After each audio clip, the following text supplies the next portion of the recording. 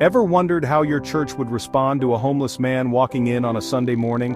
Imagine the scene: a man, disheveled and weary, trudging through the streets, his clothes tattered and his face marked by the harshness of life on the streets. He approaches the church, a place where one would expect to find solace, compassion, and understanding. But what happens next is a powerful lesson for everyone. Our story begins with this man, disheveled and weary, walking to a church where he was to be introduced as the new pastor. But no one knew this yet. As he stood at the entrance, he took a deep breath, bracing himself for the reactions he might face. The church, a grand building with stained glass windows and a towering steeple, seemed almost intimidating. Yet he walked in, hoping to find the warmth and acceptance that the teachings of Jesus Christ promised. For half an hour he lingered among the congregation, asking for change to buy food, his voice soft and humble. He approached several people, explaining his plight and hoping for a bit of kindness. But instead of compassion, he was met with indifference, but was only met with cold stares and glares.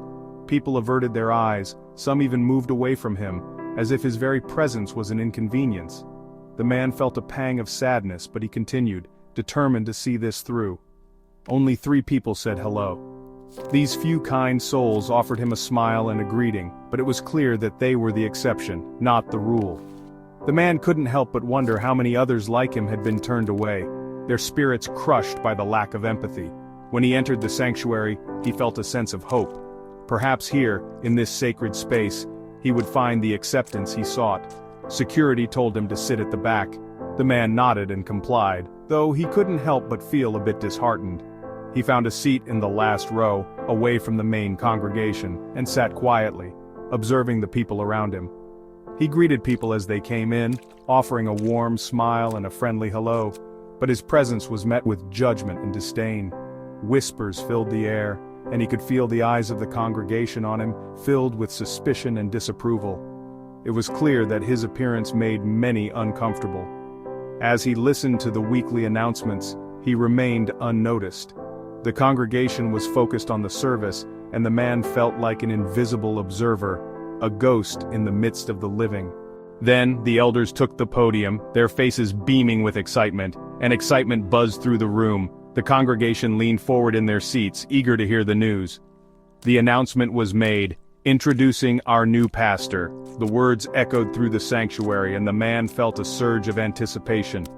Applause filled the air, a thunderous sound of approval and joy, but it quickly died as the homeless man stood.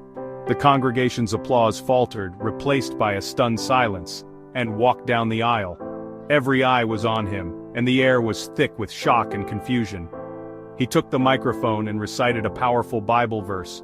His voice was steady and clear, filled with conviction. "For I was hungry and you gave me food," his words resonating deeply with the teachings of compassion and kindness. "I was thirsty and you gave me drink," he continued, his eyes scanning the faces of the congregation. "I was a stranger, and you welcomed me."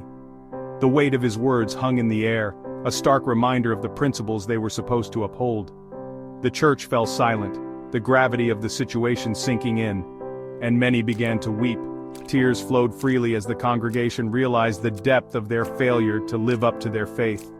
"I see people here today," he said, his voice filled with a mix of sadness and hope, "but not a church of Jesus." His words cut deep, a mirror reflecting their actions and attitudes. The world needs disciples who live like him. He implored them to look beyond appearances and to embody the teachings of Christ in their daily lives. When will you decide to become disciples? His question hung in the air, challenging each person to reflect on their own actions and choices. With that, he concluded the service. The congregation sat in stunned silence, the weight of his message sinking in. The lesson? True compassion isn't just preached, it's lived. The man hoped that his actions and words would inspire a change, a shift towards genuine empathy and kindness. As the congregation slowly began to leave, many were deep in thought, reflecting on the powerful message they had just received. The man watched them go, a small smile on his face, knowing that he had planted a seed of change in their hearts. The journey towards true discipleship was just beginning, and he hoped that this experience would lead them to become a church that truly lived the teachings of Jesus Christ.